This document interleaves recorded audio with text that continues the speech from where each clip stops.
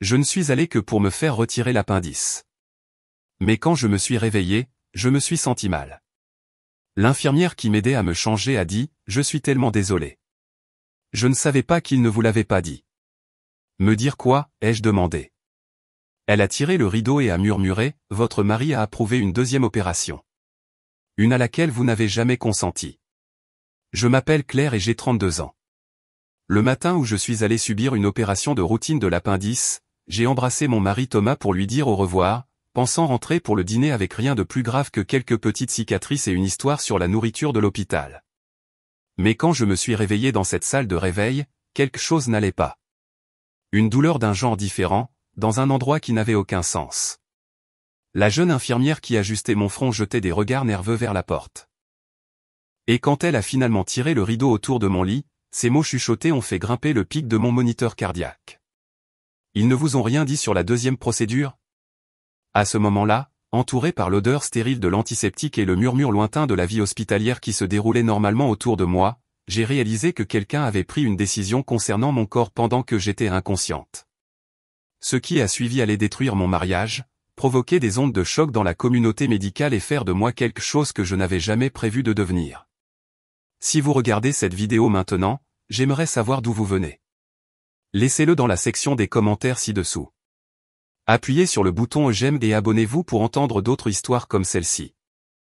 La lumière du matin filtrait à travers les rideaux de notre chambre d'une manière particulière qui donnait à tout un aspect plus doux qu'il ne l'était réellement. Je me souviens avoir pensé à quel point Thomas était parfait, même avec ses cheveux ébouriffés par le sommeil, alors qu'il tendait la main sur le lit pour faire taire son réveil. Nous étions mariés depuis 6 ans, ensemble depuis 9, et je ressentais toujours ce battement de cœur quand il me souriait dès le premier matin. Du café, demanda-t-il, sachant déjà la réponse. C'était notre routine. Il faisait le café, je faisais le lit. Simple, prévisible, confortable. C'est ainsi que j'aurais décrit notre vie. Dans cet appartement moderne de 2 chambres donnant sur le parc de la ville, Thomas travaillait dans la finance, conseillant des entreprises qui avaient besoin de quelqu'un capable de faire danser les chiffres. Je travaillais depuis notre 2e chambre, éditant des manuscrits pour une maison d'édition qui était passée entièrement en télétravail pendant la pandémie et n'était jamais revenue en arrière. Fais-le fort, lui criai-je. J'ai 3 manuscrits à terminer aujourd'hui. Tu as toujours 3 manuscrits, rit-il depuis la cuisine. J'aimais le son de son rire à l'époque. Maintenant, me le rappeler me donne la chair de poule. Nous avions l'intention de commencer à avoir un bébé bientôt. Enfin, j'en avais l'intention. Thomas semblait toujours trouver des raisons de repousser. Sa promotion, l'économie, vouloir économiser plus. Mais le mois dernier, il avait finalement accepté. Après les fêtes, avait-il dit, en m'embrassant le front. Nous commencerons notre famille après les fêtes. La douleur m'a frappé à 9h47. Je connais l'heure exacte parce que j'étais en appel vidéo avec un auteur discutant des révisions du chapitre 12 de son roman lorsque soudain, j'ai eu l'impression que quelqu'un avait planté un couteau chaud dans mon abdomen. L'ordinateur portable m'a glissé des genoux alors que je me courbais en haletant. Claire. Claire, tu vas bien ? La voix de l'auteur est venue, petite et lointaine, à travers les haut-parleurs. J'ai réussi à mettre fin à l'appel, puis j'ai rampé jusqu'à la salle de bain, pensant que j'allais vomir. La douleur irradiait de mon côté droit, vive et incessante. Une intoxication alimentaire ? Non. Nous avions mangé le même dîner la nuit dernière. Appendicite. Le mot a flotté à travers le brouillard de la douleur. Ma sœur avait eu une appendicite à l'université. Je me sentais exactement comme elle l'avait décrit. Thomas. J'ai appelé, mais il était dans son bureau en plein appel. Je lui ai envoyé un SMS. Quelque chose ne va pas. Hôpital, maintenant. Il m'a trouvé sur le sol de la salle de bain, les larmes coulant sur mon visage. Je ne l'avais jamais vu bouger aussi vite, attrapant mon sac à main, ses clés, me portant pratiquement jusqu'à la voiture. Sa main a trouvé la mienne pendant qu'il conduisait, serrant doucement au feu rouge. Tout ira bien, répétait-il. Je suis là pour toi. Je suis là pour toi. Les urgences étaient un brouillard de lumière fluorescente et de visages inquiets. Thomas s'est occupé de tout, les cartes d'assurance, les papiers, répondant aux questions pendant que je me recroquevillais sur la table d'examen, essayant de ne pas crier. L'infirmière qui m'a prélevé mon sang était douce, me prévenant de la piqûre. L'échographiste s'est excusé pour le gel froid. Tout le monde était si gentil, si prudent avec moi. Appendicite aiguë. Le médecin des urgences a confirmé après ce qui a semblé être des heures, mais n'a probablement été que 45 minutes. Nous devons vous opérer aujourd'hui. La bonne nouvelle, c'est que nous l'avons attrapée avant qu'elle ne se rompe. Thomas était juste là, me tenant la main, posant toutes les bonnes questions. Combien de temps prendrait cette chirurgie? Quel était le temps de récupération? Y avait-il des risques? Il prenait des notes sur son téléphone. Méticuleux comme toujours. J'adorais la façon dont il prenait soin de moi. S'occupait de tout. Je lui faisais entièrement confiance. Ils m'ont admise et m'ont déplacé dans une chambre préopératoire. L'infirmière chirurgicale, une femme plus âgée avec des yeux gentils derrière de épaisses lunettes, est entrée avec un presse-papier rempli de papier. Je dois juste passer en revue la procédure et obtenir votre consentement, dit-elle, puis elle s'arrêta, plissant les yeux sur ses papiers. Je dois juste confirmer les 2 procédures qui seront effectuées. Nous en avons déjà discuté avec le médecin. Thomas a interrompu, sa main se resserrant sur mon épaule. Elle a très mal. Pouvons-nous accélérer les choses? L'infirmière semblait incertaine, mais hocha la tête. Bien sûr, j'ai juste besoin de sa signature ici. Et je peux l'aider, dit Thomas, guidant ma main vers la ligne de signature. Les médicaments contre la douleur qu'il m'avait donnés rendaient tout flou. J'ai griffonné quelque chose qui ressemblait vaguement à mon nom. Quelle deuxième procédure? J'ai essayé de demander, mais ma langue était lourde, rebelle. Bien sûr, bébé. Ne t'inquiète pas, repose-toi. Thomas m'a embrassé sur le front. Je serai là quand tu te réveilleras. Ils m'ont conduite vers la salle d'opération. L'anesthésiste expliquait quelque chose sur le comptage à rebours à partir de 10, mais j'essayais toujours de formuler la question. Quelle deuxième procédure? Le masque est descendu sur mon visage et le monde a commencé à s'estomper. Vous êtes entre de bonnes mains, a dit quelqu'un. Reposez-vous. 19-8. Quelle deuxième procédure? 7-6. Le monde est devenu noir. Je me suis réveillé lentement, comme si je remontais à la surface du fond d'une piscine profonde. Ma gorge était sèche, râpeuse à cause du tube respiratoire. La salle de réveil était sombre, calme, à l'exception du bip régulier des moniteurs. Une infirmière, différente d'avant, plus jeune, avec des tresses complexes tirées en queue de cheval, ajustait mon front. La voilà, dit-elle chaleureusement. Comment te sens-tu, Claire? Soif, roquai-je. C'est normal. Je suis Kelsey. Je vais m'occuper de toi aujourd'hui. Elle m'a aidé à prendre de petites gorgées d'eau avec une paille. L'opération s'est bien passée. Tu vas très bien. J'ai essayé de m'asseoir et j'ai halté. Il y avait de la douleur, oui, mais pas seulement là où je l'attendais. Toute ma région pelvienne me faisait une douleur profonde et inconnue. Kelsey remarqua mon grimace. Cette douleur disparaîtra dans quelques jours, dit-elle, mais quelque chose dans son expression changea. Elle semblait mal à l'aise. Peut-être même troublée. Ça fait mal en bas, dis-je, faisant un geste vague. Ça, ce n'est pas. Est-ce normal pour une appendicite? Les mains de Kelsey se figèrent sur mon front. Elle jeta un regard vers la porte, puis revint vers moi. Ils ne vous ont rien dit sur la deuxième procédure? La question me frappa comme de l'eau froide. J'ai secoué la tête, soudainement très éveillé, malgré l'anesthésie persistante. Quelle deuxième procédure? De quoi parlez-vous? Kelsey a tiré le rideau autour de mon lit, créant une petite bulle d'intimité. Quand elle a repris la parole, sa voix était à peine un murmure. Votre mari a approuvé une deuxième chirurgie. Une à laquelle vous n'avez jamais consenti. Le moniteur à côté de mon lit a commencé à biper plus rapidement, suivant mon rythme cardiaque accéléré. Quoi? Quelle chirurgie? Où est Thomas? Je dois parler à Thomas. Madame, veuillez essayer de rester calme. Ne me dites pas de rester calme. J'ai cherché mon téléphone sur la table de chevet, faisant presque tomber le verre d'eau. Mes mains tremblaient alors que j'appelais Thomas.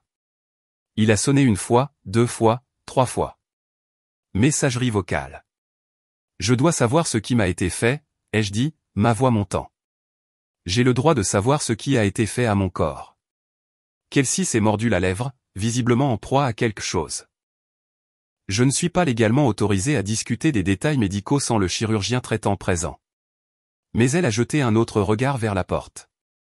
Le docteur Anders devrait faire sa ronde bientôt. S'il vous plaît, ai-je supplié. Dites-moi juste. Elle secoua la tête. Je pourrais perdre mon emploi, mais je m'assurerai que le docteur Anders vienne vous voir tout de suite. Il fallut encore 1 heure avant que le docteur Anders n'apparaisse. La plus longue heure de ma vie. J'ai appelé Thomas 6 fois de plus. Rien. J'ai envoyé un SMS à Julie, ma meilleure amie, mais je n'arrivais pas à expliquer ce qui se passait quand je ne le comprenais pas moi-même. Le docteur Anders était un homme grand avec des cheveux argentés et le genre de maintien confiant qui rassurait probablement la plupart des patients. Cela me donnait envie de crier. Madame Morrison, dit-il, en rapprochant une chaise de mon lit. Comment vous sentez-vous? Qu'est-ce que vous m'avez fait? Ai-je exigé. Quelle était la deuxième procédure? Il s'éclaircit la gorge, ajustant sa blouse blanche.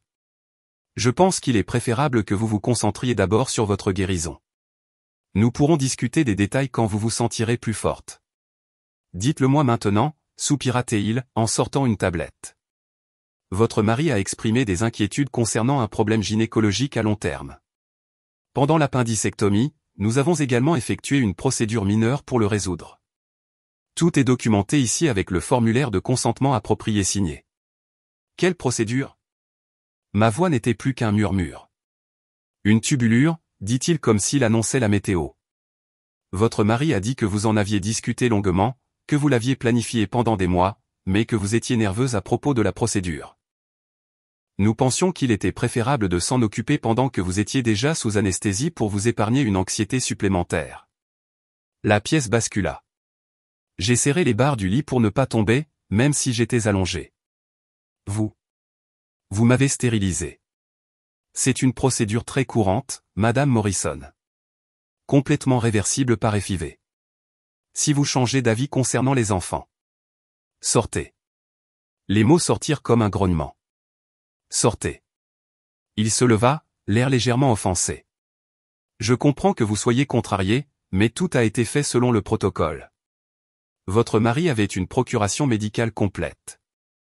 Et sortez. Après son départ, je suis restée allongée, tremblante. Kelsey est revenue, le visage plein de sympathie. Sans un mot, elle m'a tendu un dossier en manille. Je ne devrais pas faire ça, a-t-elle murmuré. Mais vous méritez de le voir. À l'intérieur se trouvait une copie du formulaire de consentement chirurgical. Il y avait ma signature, sauf que ce n'était pas la mienne. Les lettres étaient toutes fausses. Le Y de mon nom de famille était courbé alors que le mien était toujours droit. Le C de Claire trop étroit. Et là, dans la description de la procédure, une ligature tubaire bilatérale par voie laparoscopique. En dessous, la signature de Thomas, claire et confiante, et une note. Le mari de la patiente confirme les discussions antérieures concernant la contraception permanente. La patiente éprouve de l'anxiété concernant la procédure séparée. Recommande son achèvement pendant l'appendicectomie. J'ai regardé les mots jusqu'à ce qu'ils se brouillent. Pourquoi aurait-il fait ça sans me demander? La question a résonné dans le silence de la chambre d'hôpital, sans réponse et insupportable. Thomas est arrivé le lendemain matin avec des fleurs, des roses blanches, mes préférées. Il souriait, ce sourire facile et charmant qui m'avait fait tomber amoureuse de lui dans un café-librairie il y a 9 ans. Il m'a embrassé sur le front, a posé les fleurs sur la table de chevet et m'a demandé comment je me sentais, comme s'il s'agissait d'une autre visite à l'hôpital, d'un autre jour. Qu'est-ce que tu as fait? Ma voix était plate, sans émotion. J'avais pleuré toute la nuit, et maintenant il ne restait plus qu'une fureur creuse. Son sourire s'est légèrement effacé. Qu'est-ce que tu veux dire, bébé? J'ai été en réunion toute la matinée. Je suis désolé de ne pas avoir pu venir hier soir, mais l'affaire Peterson, la chirurgie, Thomas, la tubulure. Qu'est-ce que tu as fait? Il a rapproché la chaise visiteur de mon lit, son expression se transformant en une préoccupation. Pas de surprise, de l'inquiétude. Il s'attendait à cette conversation. Claire, chérie, tu es encore étourdie par l'anesthésie. Tu es confuse. Je ne suis pas confuse. J'ai levé les papiers chirurgicaux que Kelsey m'avait donnés. Tu as autorisé qu'on me stérilise sans mon consentement, sans même me le dire. Thomas soupira, passant une main dans ses cheveux, un geste que je trouvais autrefois adorable. Claire, nous en avons parlé. Tu avais tellement peur de l'accouchement. Tu te souviens de cette crise de panique que tu as eue il y a quelques semaines quand Sarah a apporté son bébé à dîner. Tu as dit que tu ne pouvais pas le faire, que l'idée d'être enceinte te terrifiait? Ça n'est jamais arrivé, ma voix montait. Sarah n'est pas venue depuis des mois. Et je veux des enfants. Nous allions commencer à essayer après les fêtes. Bébé, tu as été soumise à beaucoup de stress avec le travail, interrompit-il. Sa voix prenant ce ton patient et condescendant que je ne reconnaissais maintenant que par son omniprésence. Tu as été émotive, confuse.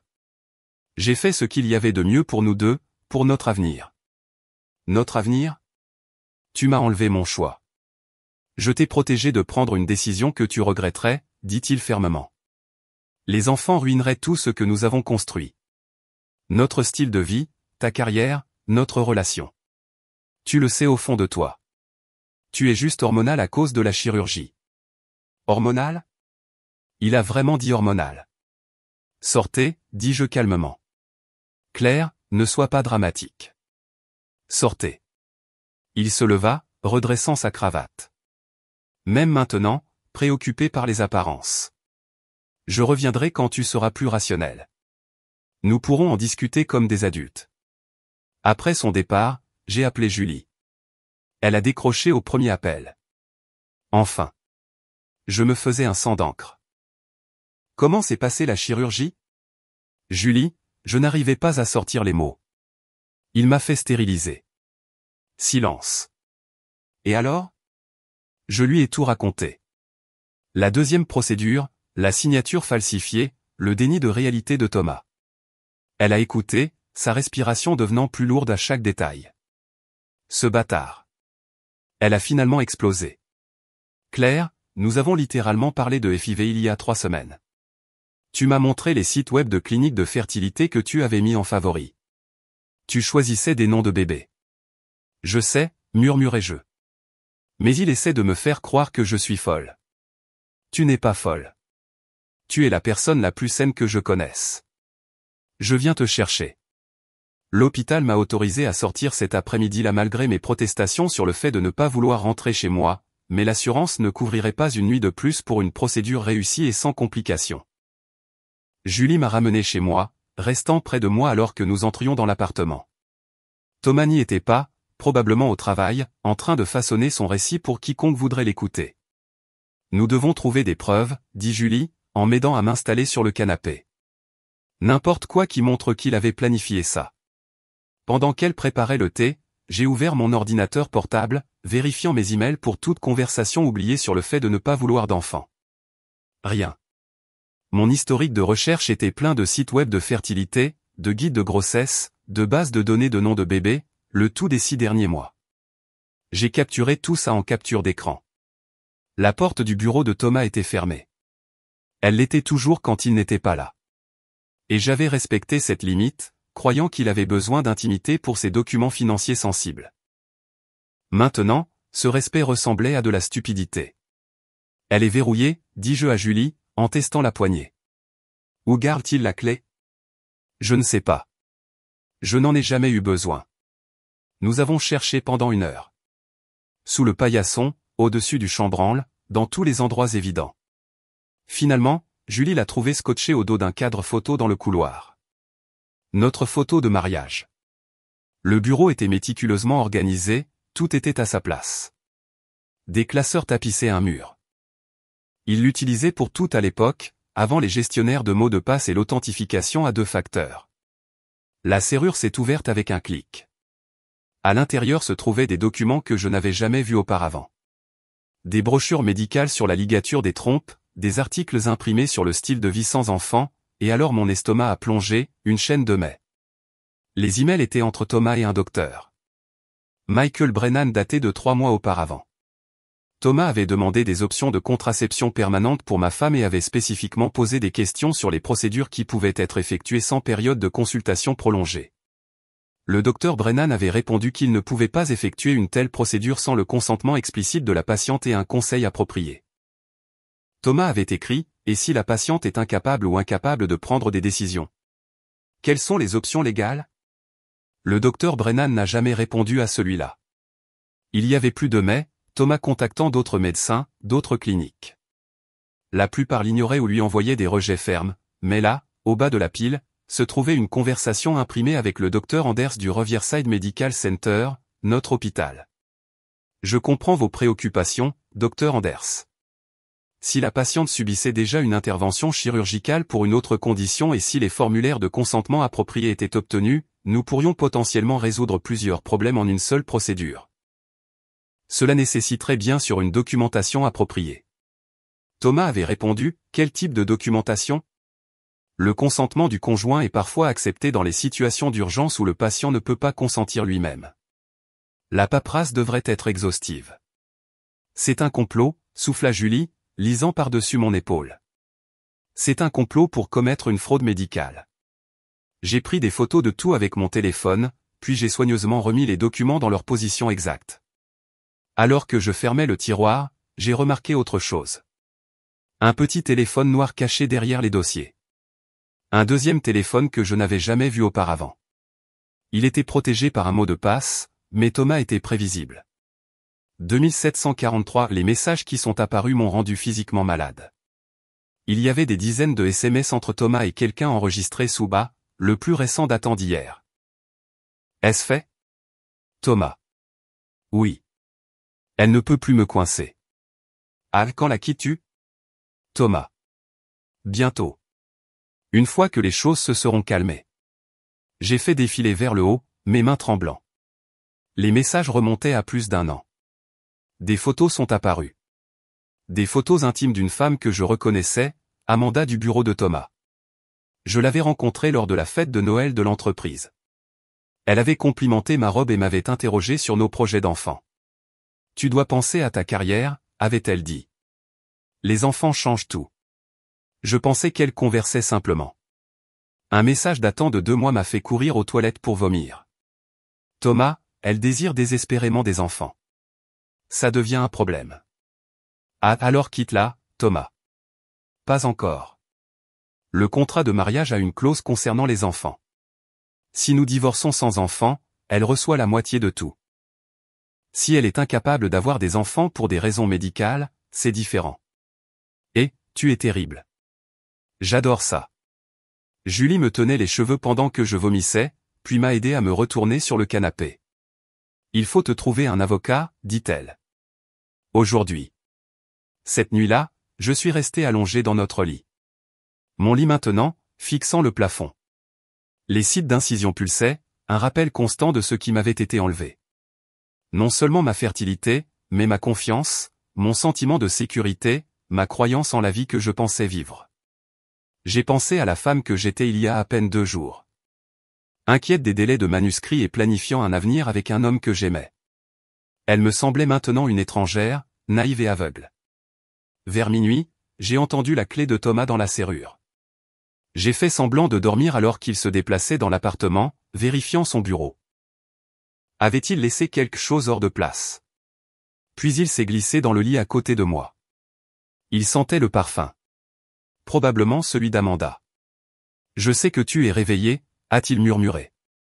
Nous devons en parler rationnellement, Claire. Tu vas voir que j'ai fait ce qu'il y avait de mieux pour nous deux. Je n'ai pas répondu. Je respirais à peine.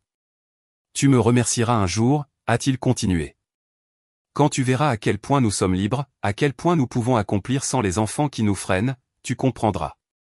Il s'est retourné et en quelques minutes, sa respiration s'est approfondie jusqu'à devenir le sommeil. Je suis resté là, rigide, en planifiant mon prochain mouvement. Il pensait avoir gagné, qu'il m'avait piégé avec succès dans sa vision de notre avenir. Debout dans la salle de bain 1 heure plus tard, je me suis regardé dans le miroir. La femme qui me regardait était différente. Plus dure, plus en colère, transformée par la trahison. J'ai soulevé ma chemise, touchant le petit pansement sur l'une des incisions laparoscopiques. Une si petite marque pour une violation si massive. Tu m'as volé quelque chose, ai-je murmuré à la forme endormie de Thomas à travers la porte. Et maintenant, je vais tout te prendre. Le cabinet d'avocats de Sarah Chin et associés occupait le dernier étage d'un gratte-ciel étincelant du centre-ville. Julie avait trouvé Sarah grâce à une amie qui l'avait engagée pour un divorce contentieux. Elle est brillante et elle est impitoyable. Tout ce dont tu as besoin en ce moment. Sarah Chin était plus jeune que ce que j'attendais, peut-être au début de la quarantaine, avec des yeux perçants derrière des lunettes de créateur et un air d'intensité contrôlée. Elle a écouté mon histoire sans m'interrompre, griffonnant occasionnellement des notes sur un bloc-notes juridique. Quand j'ai eu fini, elle a posé son stylo et s'est penchée en arrière. C'est l'un des cas de batterie médicale et de trahison conjugale les plus flagrants que j'ai rencontrés, a-t-elle dit.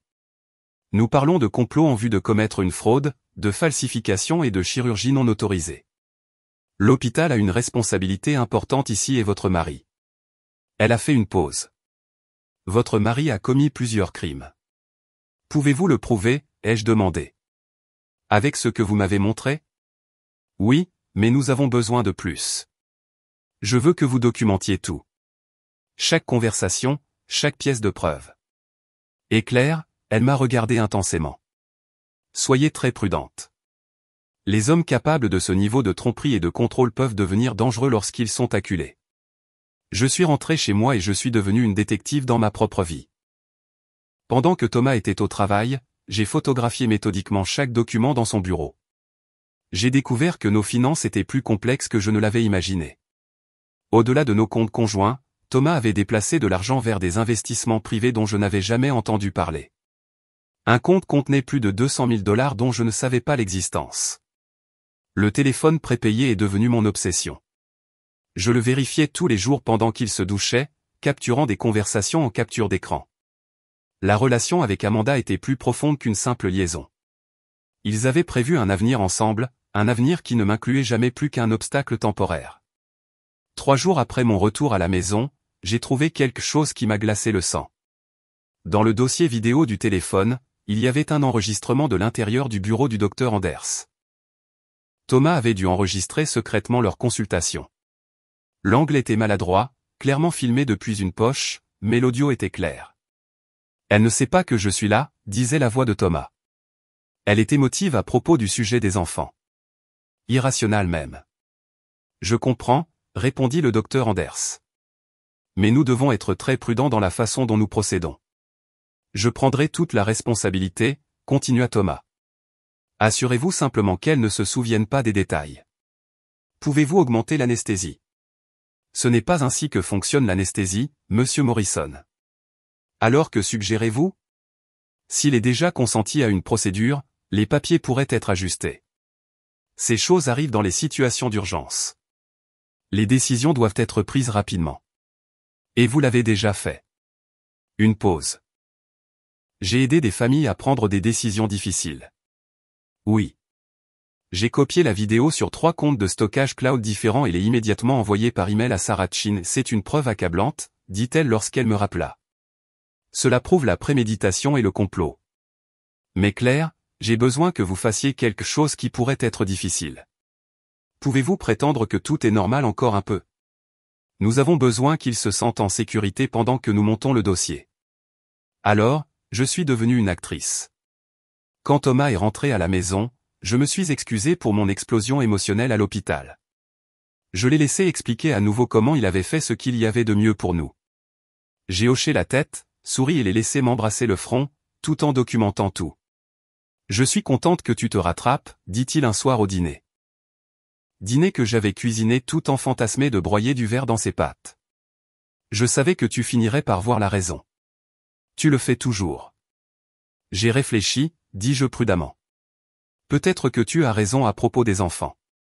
Peut-être que je suivais juste les attentes sociales plutôt que ce que je voulais vraiment. Il rayonna, tendant la main à travers la table pour prendre la mienne. C'est ma fille intelligente. Tu vois, c'est pourquoi j'ai dû prendre la décision pour toi. Tu étais trop prise par ce que tout le monde voulait. Je lui ai souri en retour, serrant sa main tout en ajoutant mentalement ces mots à la transcription croissante que je tenais de chaque conversation. Julie m'a aidé à maintenir la façade, bien qu'elle puisse à peine contenir son dégoût. Je ne sais pas comment tu fais ça, dit-elle un après-midi alors que nous étions assises dans un café loin du bureau de Thomas. J'ai envie de le tuer à chaque fois que je le vois. La colère me maintient concentré, lui ai-je dit.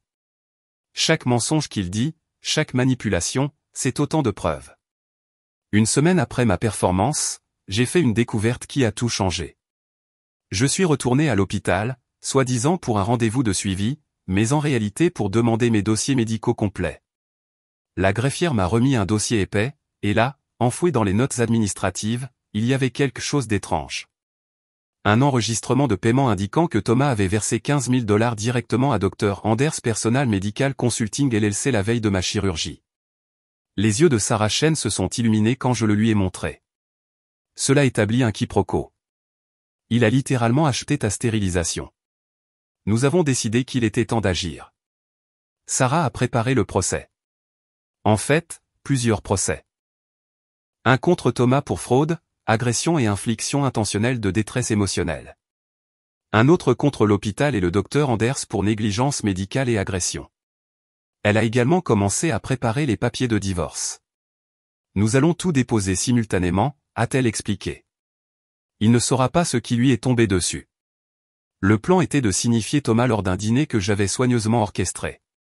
Je lui ai dit que je voulais célébrer notre nouveau départ avec un repas spécial à la maison. J'ai passé la journée à cuisiner ses plats préférés, à mettre la table avec notre vaisselle de mariage, à jouer la femme parfaite une dernière fois. Il est rentré à la maison avec du champagne. « Tu as l'air tellement plus heureuse, dit-il en m'embrassant. Je savais que tu finirais par comprendre que c'était pour le mieux. Nous nous sommes assis pour dîner. J'ai versé le champagne, j'ai levé mon verre. À l'avenir, dis-je, à notre avenir. À notre avenir, corrigea Théil, en faisant clinquer son verre contre le mien. C'est à ce moment-là que je me suis levé et que je suis allé dans le salon. Je veux te montrer quelque chose. Sur notre grand écran de télévision, j'avais mis en file d'attente la séquence de sécurité de l'hôpital que Sarah avait obtenue par la découverte légale. Elle montrait Thomas à la station des infirmières en train de signer des papiers. L'horodatage indiquait que j'étais déjà en chirurgie. Qu'est-ce que c'est? Sa voix était tendue.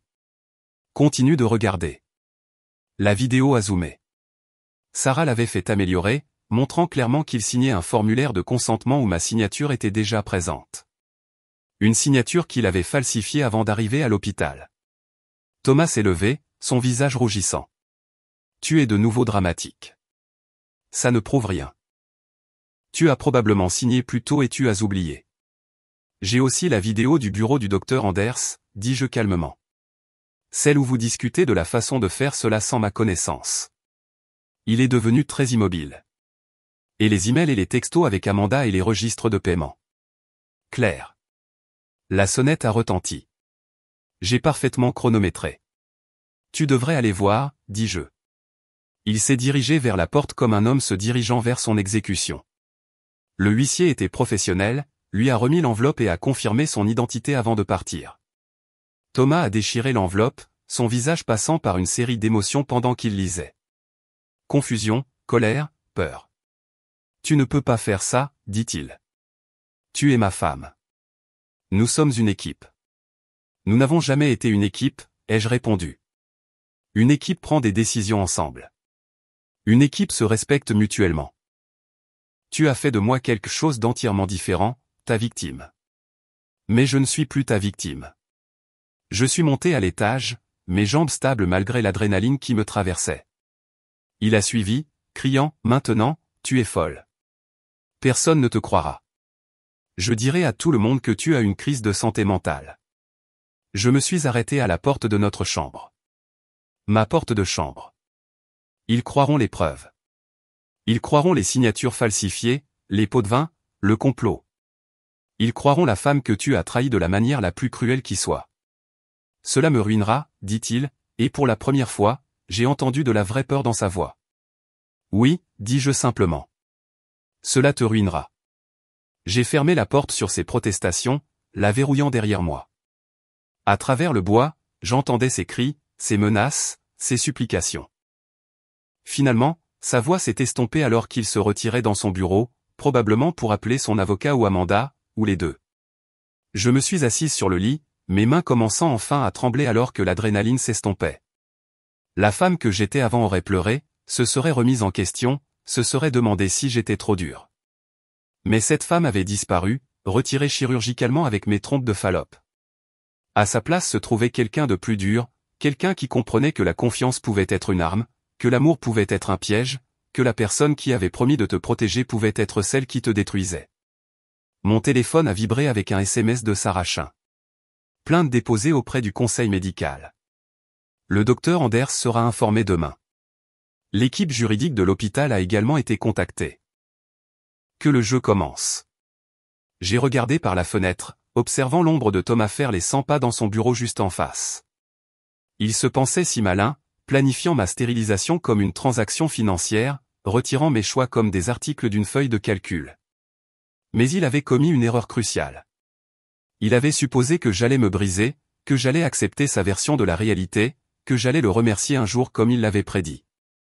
Au lieu de cela, j'étais devenu quelque chose qu'il n'avait jamais prévu, ma propre défenseur, ma propre avocate, ma propre voix. Et je ne faisais que commencer.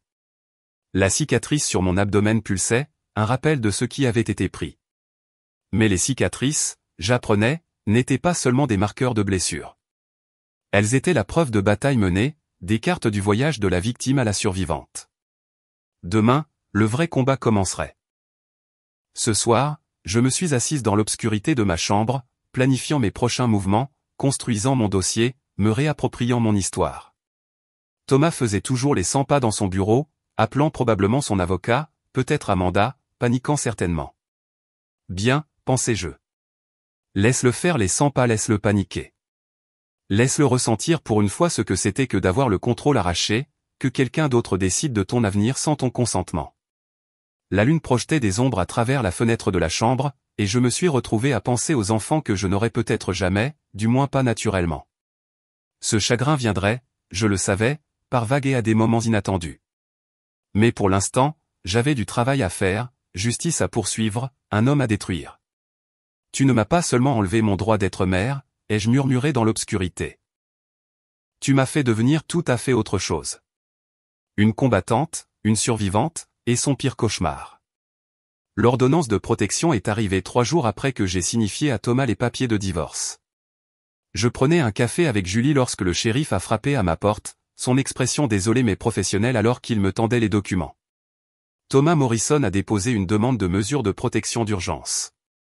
Les papiers disaient, le pétitionnaire déclare que le défendeur a fait preuve d'un comportement de plus en plus erratique et agressif, y compris des menaces de violence et des tentatives délibérées de détruire la réputation et la carrière du pétitionnaire par des allégations fausses.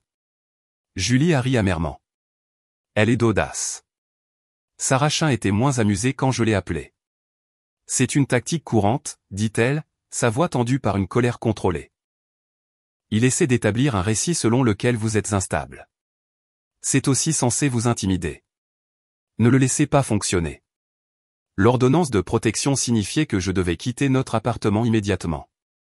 Julie m'a aidé à faire mes valises pendant que Thomas était au travail ou ce qu'il en restait. La nouvelle s'était répandue sur le procès et son cabinet l'avait mis en congé administratif en attendant l'enquête. Bien, pensais-je, en pliant mes vêtements dans des valises. Laisse-le expliquer à ses collègues comment il a payé un médecin pour stériliser sa femme. L'audience temporaire pour l'ordonnance de protection était la première fois que je voyais Thomas depuis cette nuit. Il était assis avec son avocat, un homme au visage dur nommé Richard Brennan, spécialisé dans la défense des hommes riches contre des femmes vindicatives. Thomas portait son meilleur costume, sa chevalière toujours à son doigt. Une performance du mari dévoué lésé par sa femme mentalement malade. Mon client a été soumis à une campagne de harcèlement et de diffamation, commença Brennan. Madame Morrison a fait des accusations fantaisistes, a violé sa vie privée en volant des documents personnels et a créé des théories du complot élaborées sur des procédures médicales auxquelles elle a elle-même consenti. Sarah se leva, sa voix tranchant son récit comme une lame. Votre honneur, nous avons des preuves vidéo de Monsieur Morrison conspirant avec le docteur Anders pour effectuer une chirurgie non autorisée. Nous avons des preuves de signatures falsifiées. Nous avons des enregistrements de paiement montrant qu'il a soudoyé du personnel médical. Cette ordonnance de protection n'est rien d'autre qu'une tentative de faire taire ma cliente et de l'empêcher de rechercher justice. Le juge, une femme plus âgée aux yeux perçants, examina les preuves. M. Brennan, votre client a-t-il vu cette vidéo? Thomas chuchota urgemment à son avocat. Brennan se leva. Nous contestons l'authenticité de tout enregistrement de ce type et demandons du temps pour l'examiner. Je vais l'examiner maintenant, dit le juge. La salle d'audience était silencieuse, à l'exception de la voix de Thomas provenant des haut-parleurs de l'ordinateur portable, discutant avec le docteur Anders de la manière de me stériliser à mon insu. J'ai regardé le visage de Thomas pendant que ses propres mots le condamnaient. Le masque du mari lésé craqua, révélant quelque chose de plus laid en dessous. La peur. La demande d'ordonnance de protection est refusée, annonça le juge. De plus, je transmets ces preuves au bureau du procureur pour examen d'éventuelles charges pénales. M. Morrison, il vous est conseillé de ne pas contacter Madame Morrison, sauf par l'intermédiaire de votre avocat. Thomas sortit en trombe, Brennan se dépêchant de le suivre. Sarah me serra l'épaule. Manche une pour nous. Les médias ont repris l'histoire une semaine plus tard. Femme poursuit l'hôpital après que son mari ait autorisé une stérilisation secrète, disait le titre du journal local. Mon téléphone sonnait constamment. Des journalistes, des producteurs, des inconnus offrant leur soutien ou leur jugement. J'ai accordé une interview soigneusement contrôlée à un journaliste respecté, gardant ma voix stable en expliquant ce qui m'avait été fait. Ce n'est pas seulement à propos de moi, ai-je dit, en regardant directement la caméra. C'est à propos de chaque femme à qui on a dit qu'elle était hystérique, chaque patient dont le consentement a été violé, chaque personne dont le partenaire a pris des décisions unilatérales concernant son corps. Nous méritons l'autonomie. Nous méritons la vérité. L'hôpital a répondu immédiatement, publiant une déclaration sur son engagement envers la sécurité des patients et annonçant une enquête interne.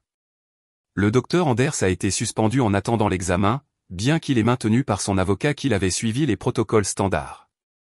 Puis Kelsey m'a appelé. « Je ne suis pas censé te parler », a-t-elle murmuré. « Mais tu dois savoir quelque chose. Ce n'est pas la première fois. Nous nous sommes rencontrés dans un restaurant en dehors de la ville. » Kelsey jetait nerveusement des coups d'œil par-dessus son épaule alors qu'elle s'installait sur la banquette en face de moi. « Le docteur Anders l'a déjà fait, dit-elle. 3 fois, à ma connaissance. Toujours des femmes dont les maris avaient des inquiétudes. Toujours lors d'autres procédures. L'hôpital le sait. Pourquoi ne l'avez-vous pas signalé? Elle a ri amèrement. J'ai essayé. Ils ont dit que je comprenais mal les situations, que les procédures étaient médicalement nécessaires. Une infirmière qui en a trop dit a été licenciée pour violation de la vie privée de la patiente, mais j'ai gardé des copies de choses, des documents, des emails. J'attendais quelqu'un d'assez courageux pour riposter. Elle a fait glisser une clé USB sur la table. Tout est là. Fais attention. Le docteur Anders a des connexions. Des patients fortunés qui l'ont bien payé pour sa flexibilité. Les fichiers sur la clé étaient accablants. 3 autres femmes, toutes stérilisées lors de chirurgies de routine, toutes avec des formulaires de consentement suspects. L'une s'était suicidée 2 ans plus tard après avoir découvert ce qui s'était passé. Une autre avait divorcé de son mari mais n'avait jamais intenté de poursuite judiciaire, trop traumatisée pour se battre. La 3e avait entendu dire qu'elle était folle tellement de fois qu'elle s'était enregistrée dans un établissement psychiatrique. Les yeux de Sarah Chen sont devenus sombres quand je les lui ai montrés. Cela établit un schéma de comportement criminel. Nous ne faisons plus que poursuivre en justice, Claire. Nous allons le détruire. La phase de découverte du procès était révélatrice. Par le biais de assignation, nous avons obtenu des années d'enregistrement financier du docteur Anders montrant de gros dépôts de riches maris autour des périodes des chirurgies de leurs femmes. Nous avons trouvé des emails entre administrateurs d'hôpitaux discutant des problèmes de responsabilité des pratiques du docteur Anders tout en faisant l'éloge de sa capacité à attirer des patients de grande valeur. Le dépôt de Thomas était prévu pour un jeudi matin. Je me suis assise dans le bureau de Sarah en regardant via un lien vidéo alors qu'il était interrogé sous serment. Il semblait plus petit, diminué en quelque sorte. Ses cheveux étaient négligés. Son costume froissé. Amanda, j'avais entendu dire par la grappevine, avait rompu avec lui lorsque l'attention médiatique avait commencé. Monsieur Morrison, commença Sarah. Avez-vous ou n'avez-vous pas payé au docteur Anders 15 000 $ la veille de la chirurgie de votre femme? C'était des honoraires de consultation, répondit Thomas. Une consultation pourquoi? Des options médicales. Quel genre d'options médicales? Je ne m'en souviens pas spécifiquement. Sarah a sorti la transcription vidéo. Laissez-moi vous rafraîchir la mémoire. Vous avez dit, assurez-vous qu'elle ne se souvienne pas des détails. De quels détails parliez-vous? L'avocat de Thomas a objecté. L'objection a été rejetée. J'étais préoccupé par l'état mental de ma femme, dit Thomas, elle était erratique. Définissez erratique. Elle voulait des enfants. Vouloir des enfants est erratique. La façon dont elle les voulait était obsessionnelle, constante. Sarah a sorti des captures d'écran imprimées. Ce sont des recherches de l'historique de recherche de votre femme. Diriez-vous que rechercher des noms de bébés est obsessionnel? Oui. Et regarder des cliniques de fertilité? C'est ce que je veux dire. Elle était fixée. M. Morrison, avez-vous déjà dit explicitement à votre femme que vous ne vouliez pas d'enfant? Une pause. Pas en toutes lettres. Alors, au lieu d'avoir une conversation avec votre femme sur le fait de ne pas vouloir d'enfant, vous avez choisi de la faire stériliser à son insu. J'ai choisi de protéger notre avenir en violant son autonomie corporelle, en prenant une décision difficile qu'elle ne pouvait pas prendre elle-même parce qu'elle n'était pas d'accord avec vous. Thomas a claqué sa main sur la table. Parce qu'elle aurait tout ruiné. Ma carrière, notre style de vie, tout ce que j'avais construit. Les enfants nous auraient détruits et elle était trop naïve pour le voir. Le rapporteur a tapé soigneusement ces mots. Chaque frappe, un autre clou dans son cercueil. Sarah a souri froidement. Pas d'autres questions. L'enquête pénale a progressé parallèlement à notre affaire civile.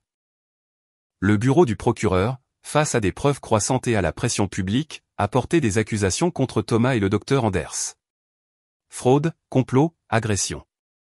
Le conseil médical a accéléré son examen de la licence du docteur Anders. Puis un appel téléphonique inattendu est arrivé. Richard Brennan voulait une rencontre. Mon client est prêt à offrir un règlement, dit-il, assis en face de Sarah et moi dans sa salle de conférence. Divorce complet, sans opposition. Il renonce à toute prétention sur les biens communs, l'appartement, les investissements, tout. En échange, vous abandonnez les charges pénales et signez une entente de non-divulgation. Non, dis-je avant que Sarah ne puisse répondre. Claire, nous devrions peut-être discuter, commença Brennan. Non, répétai-je. Il n'a pas le droit de s'en sortir en achetant. Il n'a pas le droit de me faire taire. Et ces autres femmes que le docteur Anders a blessées. Elles méritent aussi justice. Brennan rassembla ses papiers. Vous faites une erreur, Madame Morrison. Thomas a des ressources. Il peut vous rendre les choses très difficiles. Il l'a déjà fait, ai-je répondu. Et je suis toujours là. Après son départ, Sarah m'a regardé avec une sorte de fierté. Vous savez, cela signifie un combat plus long, plus de publicité, plus de douleur. Je sais, dis-je. Mais je ne me bats plus seulement pour moi. Les autres femmes que Kelsey avait identifiées ont commencé à se manifester. 2 d'entre elles ont rejoint notre procès, le transformant en action collective contre l'hôpital. La femme qui avait tenté de se suicider a envoyé une déclaration écrite si puissante que le juge a autorisé sa lecture au dossier malgré son incapacité à témoigner en personne. Le docteur Anders a parlé le premier. Confronté à de multiples accusations pénales et à la certitude de perdre sa licence, il a proposé de témoigner contre Thomas en échange d'un accord de plaider coupable. Le procureur a accepté de réduire les charges. Il purgerait toujours du temps, mais moins que les 20 ans qu'il encourait. Son témoignage a été dévastateur. Il a détaillé comment Thomas l'avait approché, comment ils avaient planifié la chirurgie, comment Thomas lui avait spécifiquement demandé de ne pas m'informer. Il a produit des emails que Thomas lui avait envoyés par la suite, le remerciant de sa discrétion et lui promettant des références pour d'autres situations difficiles. Il a dit que sa femme devenait gênante. La grossesse le piégerait dans le mariage, a témoigné le docteur Anders. Il avait besoin qu'elle soit stérilisée pour protéger ses biens dans un futur divorce. Je me suis assise dans la galerie, mes mains serrées en poing, pendant que l'homme qui m'avait violée sur une table d'opération disait enfin la vérité. Cela n'annulait pas ce qu'il avait fait, mais il y avait quelque chose de cathartique à l'entendre l'admettre publiquement sous serment. Le procès pénal de Thomas a commencé 3 mois plus tard. À ce moment-là, sa vie s'était complètement démantelée. Il avait été licencié de son cabinet, ses actifs étaient gelés en attendant le règlement du divorce. Amanda non seulement l'avait quitté, mais avait également fait une déclaration au procureur concernant les commentaires qu'il avait faits sur ses projets me concernant. Sa propre famille s'était distancée, sa mère m'appelant pour s'excuser, pleurant qu'elle l'avait mieux élevé que ça. L'accusation a présenté son cas méthodiquement. Les signatures falsifiées, les pots de vin, le complot, la violation de la confiance si profonde que le procureur a qualifié cela de trahison des liens les plus sacrés du mariage et de l'éthique médicale. Thomas a témoigné à la barre pour sa propre défense, essayant toujours de se présenter comme le mari incompris qui avait fait un choix difficile pour une femme instable. Mais sous contre-interrogatoire, son histoire s'est effondrée. Il s'est contredit, s'est mis en colère, révélant la profondeur de son narcissisme et son besoin de contrôle. « Vous considérez votre femme comme une propriété », a dit le procureur. « Ce n'était pas une question. Je considère ma femme comme ma responsabilité, répondit Thomas. Votre responsabilité de contrôler. De la protéger de quoi? De ses propres choix. De faire des erreurs. Et vouloir des enfants était une erreur. Oui. Alors vous l'avez corrigé. Oui. Sans sa connaissance, c'était nécessaire. Sans son consentement, Thomas a fait une pause, me regardant pour la première fois pendant le procès. Quelque chose a vacillé dans ses yeux. Pas du remords exactement, mais peut-être la première compréhension de ce qu'il avait réellement fait. Oui, dit-il calmement. Sans son consentement. Le jury a délibéré pendant moins de 2 heures. Coupable de tous les chefs d'accusation. Le jour où Thomas a été condamné à 8 ans de prison, je ne me suis pas sentie victorieuse. Je me suis assise dans ma voiture devant le palais de justice, des journalistes frappant à mes fenêtres, et je me suis sentie vide. La justice avait été rendue, mais mes trompes de Fallope étaient toujours parties. Ma capacité à concevoir naturellement était toujours volée. L'avenir que j'avais imaginé était toujours effacé. Julie m'a trouvé là 1 heure plus tard, toujours assise, fixant toujours le vide. « Allez, dit-elle doucement. Rentrons. » La maison était maintenant un petit appartement de l'autre côté de la ville. J'avais vendu mon ancien appartement, incapable de dormir dans des pièces où Thomas avait comploté contre moi. Le nouvel espace était plus petit, mais plus propre d'une certaine manière, non souillé par la trahison. Sa condamnation a fait la une des journaux nationaux. Mari emprisonné pour complot visant à stériliser sa femme est devenu un sujet de conversation à la télévision de jour. Une mise en garde dans les cours d'éthique médicale, un cri de ralliement pour les militantes des droits reproductifs. J'ai reçu des centaines de messages de femmes partageant leurs propres histoires d'abus médicaux, de coercition reproductive, de partenaires qui avaient saboté la contraception ou les avaient forcées à subir des procédures qu'elles ne voulaient pas. J'ai commencé un blog pour partager ces histoires anonymement lorsqu'on me le demandait. Il a rapidement grandi, devenant une ressource pour les femmes à la recherche d'informations sur les droits des patients, le consentement médical et la reconnaissance de la coercition reproductive. Une maison d'édition m'a contacté pour en faire un livre. J'ai dit peut-être plus tard, quand je pourrais l'écrire sans trembler. L'hôpital a réglé à l'amiable pour un montant que je ne suis pas autorisé à divulguer, mais c'était suffisant pour que je n'aie jamais à travailler à nouveau si je ne le voulais pas. J'ai fait don de la moitié à des organisations de santé des femmes et j'ai gardé le reste, non pas parce que j'en avais besoin, mais parce que les faire payer ressemblait à une autre forme de justice. Le docteur Anders a perdu sa licence médicale de façon permanente et a purgé 18 mois dans une prison de sécurité minimale. J'ai entendu dire qu'il travaillait maintenant comme consultant médical pour des cabinets d'avocats, les aidant à comprendre les affaires de négligence. Ironique, vraiment. Le cabinet de Thomas a mené une enquête interne après sa condamnation et a découvert qu'il manipulait des collègues féminines depuis des années, sabotant les promotions des femmes qui refusaient de sortir avec lui, répandant des rumeurs sur celles qui rejetaient ses avances. 3 procès supplémentaires ont suivi. Sa réputation professionnelle n'était pas seulement endommagée, elle était anéantie. Mais même avec tout cela, le traumatisme demeurait. Il refaisait surface à des moments inattendus, une douleur vive dans mon abdomen qui me provoquait des crises de panique, pensant que quelque chose d'autre avait été fait à mon insu. Les rendez-vous chez le médecin sont devenus des épreuves. J'insistais pour enregistrer tout, pour avoir Julie présente, pour lire chaque formulaire 3 fois avant de signer. C'est un trouble de stress post-traumatique, expliqua ma thérapeute, Dr Martinez. Votre corps se souvient de la violation, même si votre esprit essaie d'avancer. Nous avons travaillé lentement, séance après séance. La phase de colère a duré des mois. J'ai écrit des lettres à Thomas que je n'ai jamais envoyées, remplissant des carnets de rage.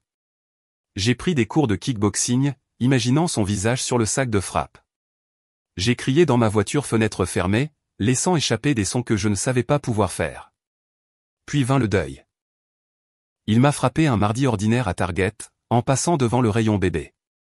Je me suis effondré dans l'allée, sanglotant pour les enfants que je ne porterai jamais, les choix qui avaient été volés, l'avenir qui avait été réécrit sans ma permission. Une employée gentille m'a aidé à me rendre dans une pièce calme, m'apportant de l'eau, s'asseyant avec moi jusqu'à ce que Julie puisse venir me chercher. Je ne sais même pas si j'aurais eu des enfants, dis-je au docteur Martinez, mais il a enlevé mon droit de décider. Il a volé mon peut-être. 6 mois après le procès, j'ai reçu une lettre de prison. L'écriture de Thomas sur l'enveloppe faisait trembler mes mains. Julie voulait la brûler sans l'ouvrir, mais je devais la lire. Claire, commença-t-elle. J'ai eu le temps de réfléchir. Ce qui a suivi n'était pas des excuses, mais une explication, une justification déguisée en réflexion. Il écrivait sur son enfance, ses peurs, son besoin de contrôle. Il disait qu'il m'aimait, m'avait toujours aimé, avait fait ce qu'il avait fait par amour. L'amour, dis-je à voix haute à la pièce vide. Il pense toujours que c'était de l'amour. J'ai continué à lire. Il voulait que je lui rende visite. Il voulait m'expliquer en personne. Il voulait que je comprenne que nous pouvions encore avoir un avenir quand il sortirait. J'ai brûlé la lettre dans mon évier, regardant ces mots se transformer en cendres. Puis j'ai appelé la prison et je me suis ajouté à la liste des personnes à ne pas contacter. Il ne pourrait plus jamais m'écrire. 1 an s'est écoulé. Je suis retourné au travail, non pas parce que j'en avais besoin, mais parce que les livres me manquaient, les auteurs me manquaient, quelque chose dans ma vie qui n'était pas lié à ce qui m'était arrivé. Mes collègues étaient prudemment gentils, ne mentionnant jamais le procès à moins que je ne l'aborde. Ma première auteure après mon retour était une femme écrivant sur l'éthique médicale. Cela ressemblait à la blague sombre de l'univers, mais j'étais l'éditrice parfaite pour cela. Puis Amanda m'a contacté. Elle a envoyé un email par l'intermédiaire de mon avocat demandant à me rencontrer. Contre l'avis de Sarah et les protestations bruyantes de Julie, j'ai accepté. Nous nous sommes rencontrés dans un café du centre-ville. Elle avait l'air terrible, mince, les yeux creux, ses vêtements de créateur pendants. Elle n'a rien commandé, c'est juste assise en face de moi, tripotant son téléphone. Il a essayé de me faire ça aussi, dit-elle sans préambule. Pas une chirurgie. J'étais trop intelligente pour ça. Mais le contrôle, la manipulation. Il avait déjà commencé à suivre mon téléphone, à se présenter à ma salle de sport, à dire aux gens avec qui nous travaillions que j'étais instable quand j'essayais de rompre. Pourquoi me dis-tu ça? Parce que j'ai besoin que tu saches que je ne savais pas ce qu'il prévoyait pour toi. Je pensais qu'il ne voulait juste pas d'enfant avec toi. Je ne savais pas qu'il le ferait. Elle s'interrompit. Tu pensais qu'il me quitterait pour toi, dis-je platement. Oui, j'étais stupide et égoïste et fausse, mais je ne l'étais pas. Je n'aurais pas été d'accord avec ce qu'il a fait. Je voulais que tu le saches. Je l'ai étudié. Cette femme qui avait été prête à détruire mon mariage, mais qui semblait tracer une ligne devant la destruction de mon corps.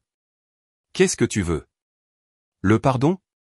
Non, je veux témoigner dans l'affaire civile contre lui concernant la planification, la préméditation. J'ai des textos où il parlait de devoir résoudre le problème clair. Je pensais que cela signifiait le divorce. Maintenant, je sais mieux. J'ai pris la clé USB qu'elle m'a offerte. Plus tard, Sarah utiliserait ces textos pour prouver un comportement répétitif, aidant 3 autres femmes à porter plainte contre Thomas pour diverses formes de coercition et d'abus lors de ses relations précédentes. Des relations que je n'avais jamais connues. Les flashbacks venaient surtout la nuit.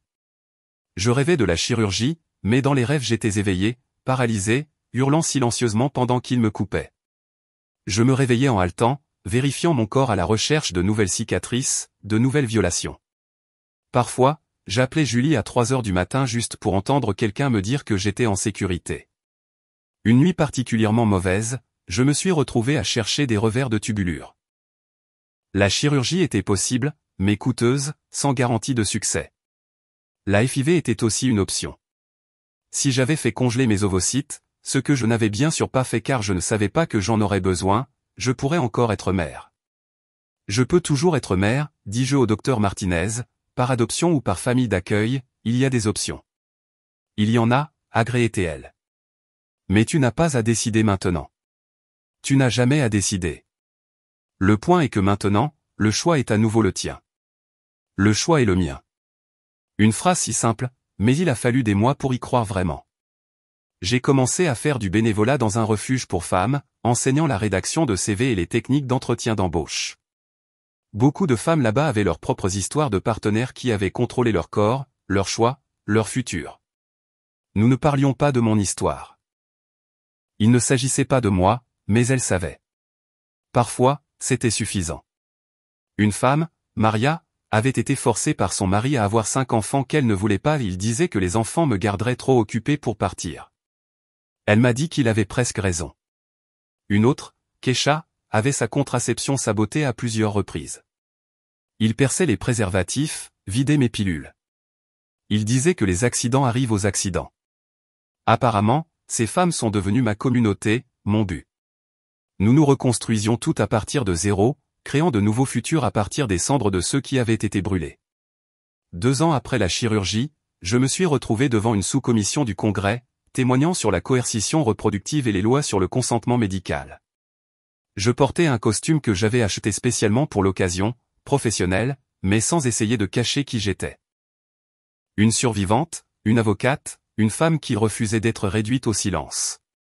Les lois actuelles sont insuffisantes, dis-je dans le microphone, ma voix ferme. Elles permettent des échappatoires que les prédateurs exploitent. Elles privilégient l'unité familiale au détriment de l'autonomie individuelle.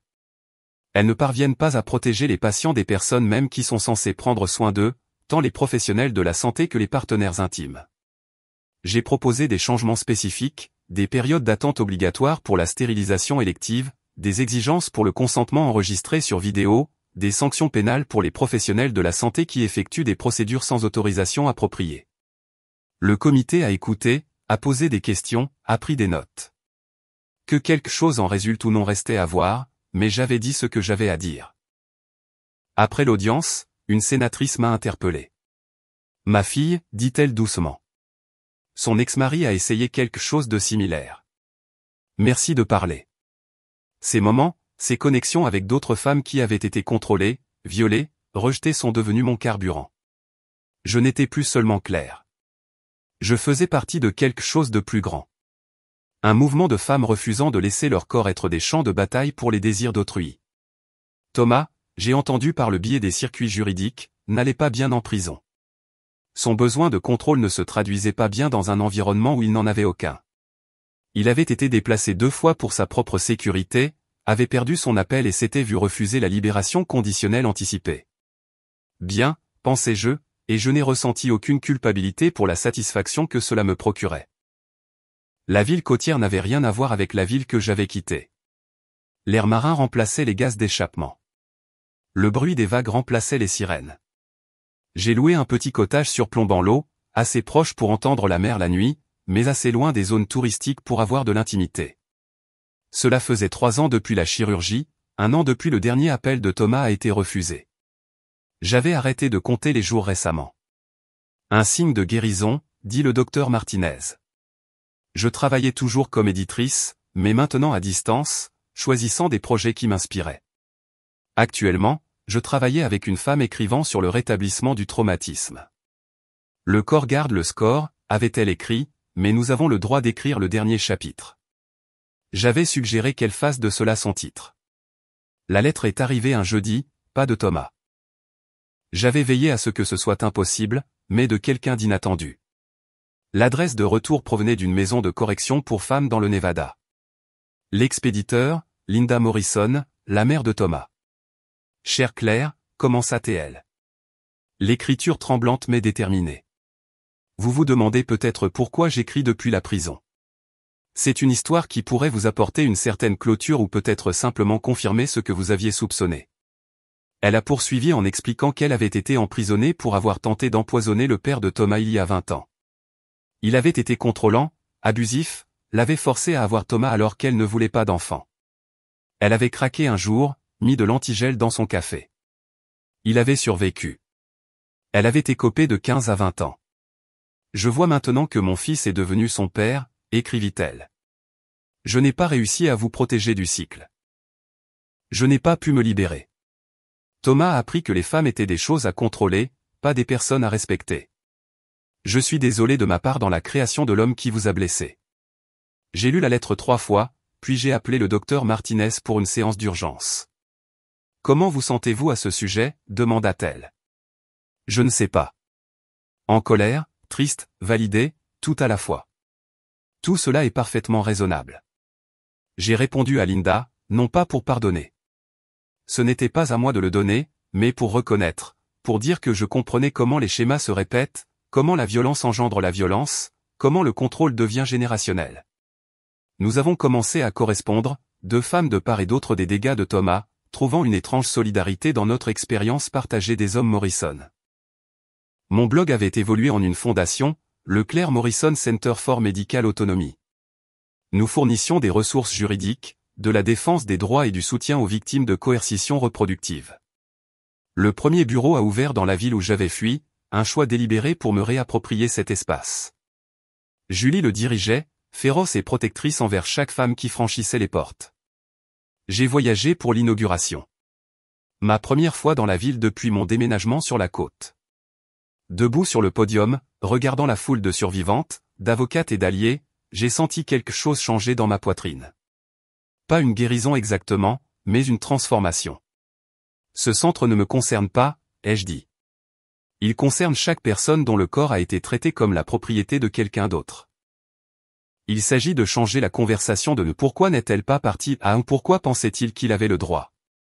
Il s'agit de s'assurer que ce qui m'est arrivé devient légalement impossible pour quiconque d'autre. La première grande victoire de la Fondation est arrivée 6 mois plus tard. L'adoption de la loi de CLA dans 3 États, exigeant un consentement enregistré sur vidéo pour toutes les procédures de stérilisation et criminalisant la falsification de consentement médical comme un crime passible de prison obligatoire. Ce n'était pas suffisant. Ce ne serait jamais suffisant, mais c'était un début. J'ai recommencé à sortir lentement, prudemment. Il s'appelait Marcus, un veuf qui dirigeait la librairie locale. Il avait perdu sa femme d'un cancer. Il comprenait que certaines pertes vous remodèlent entièrement. Nos premiers rendez-vous étaient des promenades sur la plage, parlant de livres, de pertes, du drôle de cadeau de recommencer quand on ne voulait jamais. J'ai besoin que tu saches, lui ai-je dit tôt, ce qui m'est arrivé, ce que je ne peux pas faire. Il a écouté toute l'histoire sans m'interrompre, son visage passant par la colère, la tristesse, et quelque chose de protecteur, mais pas possessif. Merci de me faire confiance pour cela, dit-il enfin. Et j'ai besoin que tu saches que j'ai 2 enfants de mon mariage, des adolescents. Je ne cherche pas à en avoir d'autres. Je cherche juste à être à nouveau heureux. Peut-être à te rendre heureux aussi, si tu me le permets. Nous y sommes allés lentement. 1 an de rencontre avant que je le laisse passer la nuit. 6 mois de plus avant que je puisse être intime sans crise de panique.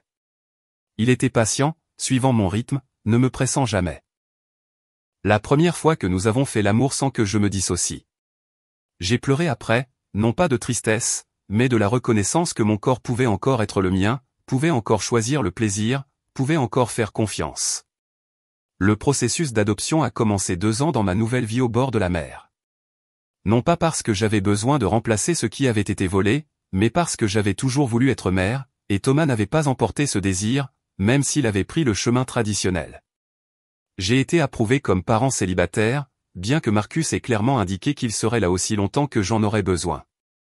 Elle s'appelait Sophia, 7 ans, retirée de son domicile après une négligence médicale, passée par 3 familles d'accueil. Elle avait des problèmes de confiance, des problèmes de contrôle, une colère qui me rappelait la mienne. Parfait, pensais-je.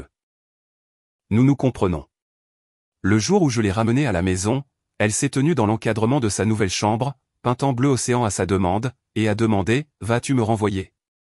Jamais, dis-je. Tu es coincé avec moi. Promis. Promis. Elle a testé cette promesse pendant des mois. Des crises de colère, des fugues. Jamais loin. Toujours à la plage, cassant des choses pour voir si j'allais abandonner. Je n'ai pas abandonné. Lentement, prudemment, nous avons bâti la confiance. Elle a commencé à m'appeler maman. 6 mois plus tard, tranquillement, comme si ce n'était pas un miracle. 1 an plus tard, lors du petit déjeuner mère-fille de son école, elle m'a présenté à son professeur. Voici ma mère. Elle m'avait choisi. Le professeur a souri poliment, ne comprenant pas le poids de ses mots. Mais moi, je l'ai compris. Choix. La chose qui m'avait été volée, maintenant donnée librement. J'ai appris que Thomas avait été violemment battu en prison. Quelque chose à propos de dette, de respect, le genre de violence qui se produit quand on ne peut pas contrôler son environnement. J'ai attendu de ressentir quelque chose. Satisfaction, pitié, n'importe quoi. Mais il n'y avait rien. Il était devenu insignifiant dans mon histoire. Une note de bas de page dans une vie que j'avais récupérée et réécrite. Le docteur Anders est mort d'une crise cardiaque 2 ans après sa libération. L'avis de décès mentionnait sa carrière médicale, mais pas ses crimes. J'ai écrit ma propre version, l'ai publiée sur le site web de la Fondation, m'assurant que ses victimes soient rappelées, même s'il essayait de les oublier. « Comment vous sentez-vous par rapport à sa mort ?» demanda le docteur Martinez. « Libre, dis-je. Enfin, complètement libre. Le documentaire sur mon cas a été présenté en première à Sundance. Je ne l'ai pas regardé. Vivre une fois était suffisant, mais j'ai assisté à la séance de questions-réponses après.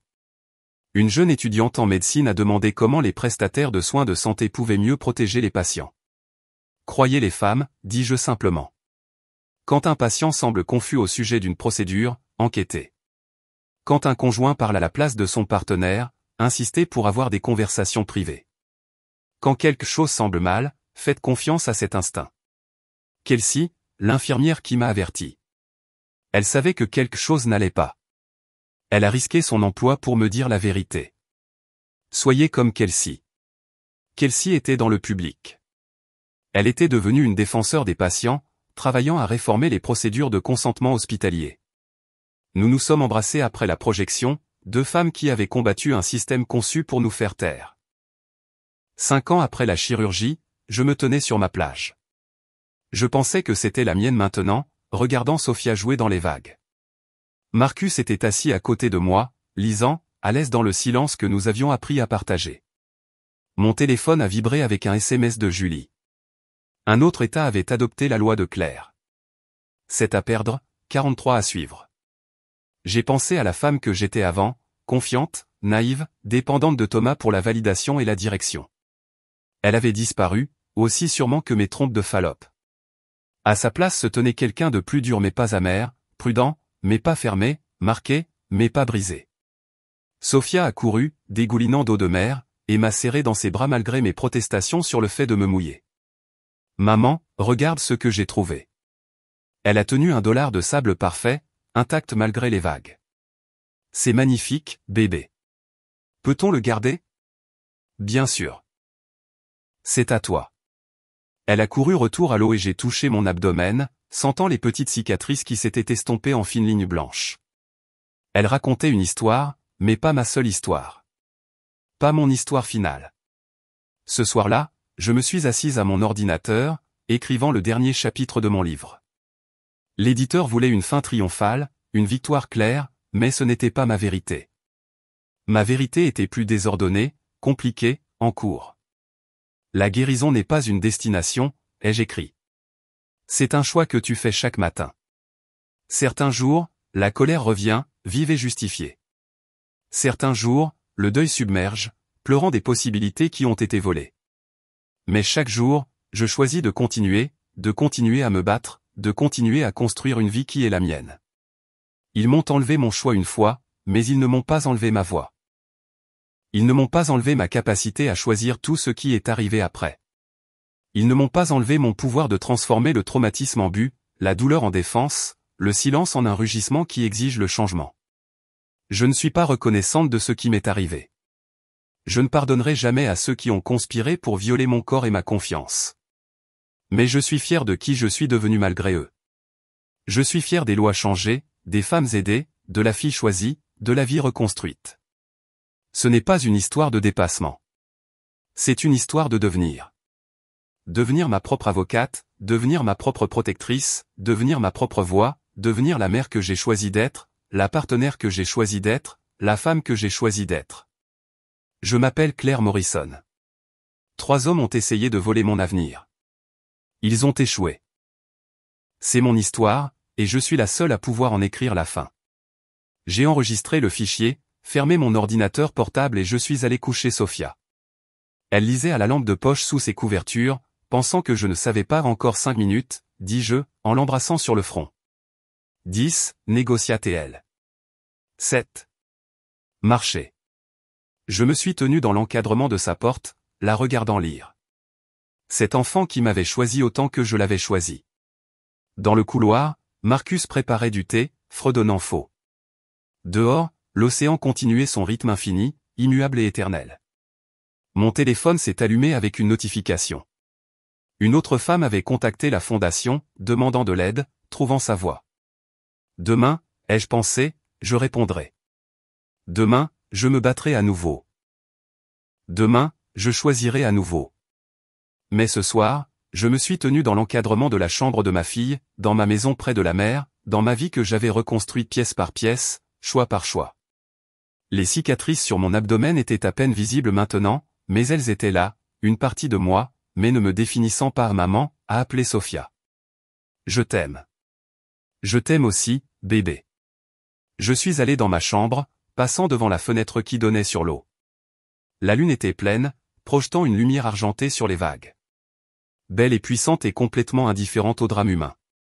Il y avait du réconfort là-dedans, le rappel que le monde était plus grand que ce qui m'avait été fait, que la vie persistait malgré la violation, qu'il y avait toujours une autre marée, une autre aube, une autre chance de choisir qui nous devenons. Thomas pensait qu'il m'avait enlevé mon avenir. Au lieu de cela, il m'avait donné quelque chose qu'il n'avait jamais eu l'intention de faire. La connaissance de ma propre force, le pouvoir de ma propre voix, la détermination farouche de ne plus jamais laisser qui que ce soit choisir à ma place. J'ai souri, un vrai sourire, pas joué pour le confort de qui que ce soit. Demain apportera de nouveaux défis, de nouvelles batailles, de nouveaux choix. Mais ce soir, je suis exactement là où j'ai choisi d'être. Ils m'ont enlevé mon choix, mais ils ne m'ont pas enlevé ma voix. Et cette voix maintenant est la mienne seule. Que feriez-vous si la personne en qui vous avez le plus confiance conspirait pour voler votre avenir pendant que vous dormiez? Auriez-vous la force de riposter, ou le trahison vous briserait elle complètement? Si l'histoire de survie et de justice de Claire vous a ému, veuillez aimer cette vidéo et vous abonner pour entendre d'autres histoires puissantes de femmes qui refusent d'être réduites au silence.